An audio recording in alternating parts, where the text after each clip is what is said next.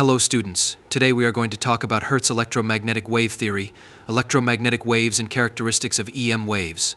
In 1884, Heinrich Rudolf Hertz gave an electromagnetic wave theory in which he said, whenever a charged particle revolves around another charged particle, the revolving charged particle will trace a spiral path. Motion of revolving charged particle will be an accelerated motion. The revolving charged particle will keep on losing its energy in the form of EM radiations.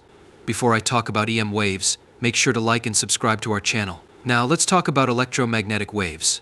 These waves don't require a material medium for their propagation in the space. These waves consist of oscillating electric and magnetic field in a direction perpendicular to each other. The direction of propagation of EM waves is perpendicular to both the oscillating electric field and magnetic field. Now we will talk about characteristics of EM waves. First, amplitude.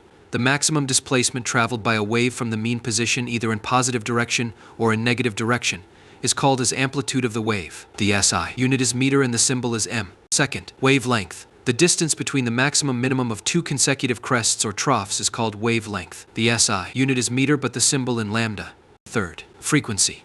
The number of cycles of a wave passed through a point per second or per unit time. It is measured in second and the symbol is V. The SI unit is hertz. Fourth, wave number. It is defined as the number of wavelength present in per meter of the distance or per unit length.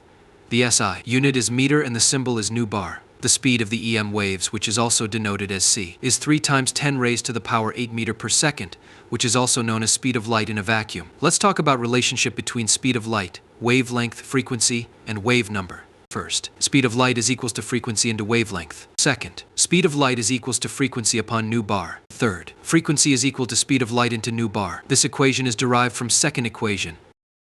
That's it for today's video. Until next time, stay safe and keep experimenting.